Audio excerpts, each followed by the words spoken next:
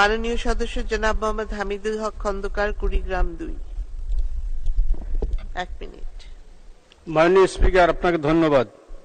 মাননীয় স্পিকার, আমাদের আইনমন্ত্রী একজন দক্ষ মন্ত্রী, শুধু তাই নয়, তিনি আইনের অঙ্গনে একজন উজ্জ্বল প্রতিভাবান মানুষ।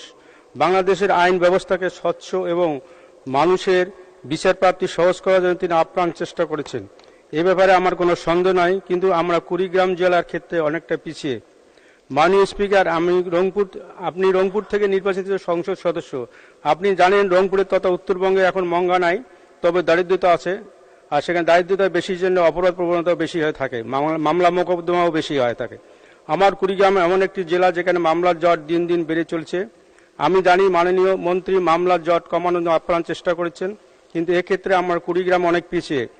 এখানে অনেকগুলো সমস্যা রয়েছে। আদালতের সংখ্যা একে অপর্যাপ্ত, বিশেষ করে একটি নারী ও শিশু আদালত দ্বারা বিপুল সংখ্যক মামলা নিষ্পত্তি করা সম্ভব হচ্ছে না। এখানে একটি নারী ও একটি শিশু ট্রাইব্যুনাল, একটি অতিরিক্ত জেলা ও দায়রা জজ আদালত, একটি বিদ্যুৎ আদালত স্থাপন প্রয়োজন। এখানে বিচারকের পদ শূন্য এবং 150 জন কর্মচারী পদ শূন্য রয়েছে, যার কারণে মামলার জট দিন দিন বেড়ে চলেছে। চিফ জুডিশিয়াল আদালত ভবনে সরকারি আইন কর্মতে বসার কোনো কক্ষ নেই। এছাড়া আইনজীবীদের বসার কোনো নির্দিষ্ট স্থান নেই। ঝড় বৃষ্টিতে ভিজে আইনজীবীরা বিভিন্ন স্থান থেকে আদালতের পেশার দায়িত্ব পালন করে। আইনজীবীদের বসার জন্য একটি ভবন প্রয়োজন। এখানে সরকার অনুমোদিত 1.17 একর জমি স্থলে আইনজীবীদের সহযোগিতায় প্রায় 3 একর জমি রয়েছে, তাই আইনজীবীর প্রয়োজনীয় জমির প্রাপ্ত যথেষ্ট সুযোগ আছে। আইনজীবী ও বিচারপতিদের একটি দাবি নতুন ভবন নির্মাণ।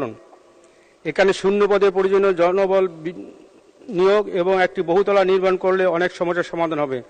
আমি আশা করি মাননীয় আইনমন্ত্রী আমার কুড়িগ্রাম আদালতে এই সমস্যাগুলো বিবেচনা করে প্রয়োজনীয় ব্যবস্থা গ্রহণ করবেন। ধন্যবাদ মাননীয় স্পিকার। ধন্যবাদ মাননীয় সদস্য।